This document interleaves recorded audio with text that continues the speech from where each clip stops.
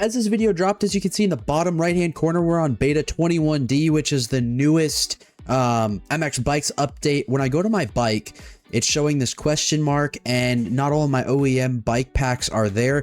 Right now, this is because the UI needs to be updated with the actual mod itself. It is nothing that you can do. It is something the mod developer is actually going to have to do. So don't worry about that, but let's get into beta 21D. There are several different things we need to go over compared to the 21C, which was just released, I believe. A couple of the things that are different from this one compared to the last update. For instance, that is one of them. You case jumps now and actually fall off the bike. Let's do it one more time. Let's see if it hits. Yep. You will now case, when you case it, you crash, which is honestly something that's super more realistic and kind of a great added bonus in my opinion. A couple other things they did to the newest update is they added some online collision tweaks to make it less chaotic. I'm interested to see how that works out.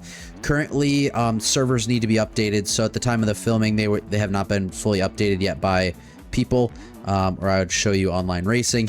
They have now set a cap to the deformation so that it doesn't get quite so gnarly, and along with that, they have made it more realistic with the handling and stuff when you do have deformation. I guess according to what they're saying is the deformation setting is capped and a little bit more realistic, which is pretty cool to have. Another thing they did is a complete tire overhaul, I guess, with the ability to kind of fine-tune traction and stuff. I'm very interested to see how that works. In game, it does feel a little bit more planted. It feels a lot more like, I don't know, it just feels smooth. It's nice. I like it. They also added the feature where, like, if you're going too fast, you can't just stand up throughout the whole corner because you'll physically have to sit down because of gravity, which is actually really cool. That's a great feature to make it more realistic and better, in my opinion, which is awesome. They have also improved the UI and the quality of life of the whole game. Just has been upgraded. If you don't know what UI, that's the user interface. Right now, some of the OEM bikes are not working, as you saw at the beginning of the video. That is just something that they're going to have to update as I cut the track, because they have not been updated, and that is nothing you can do on your end.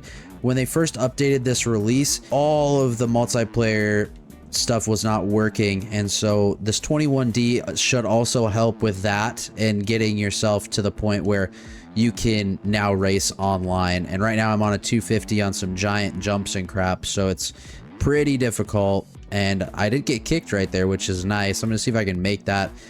Overall, the feel of this new beta, it feels good. I think it is a definite step in the right direction.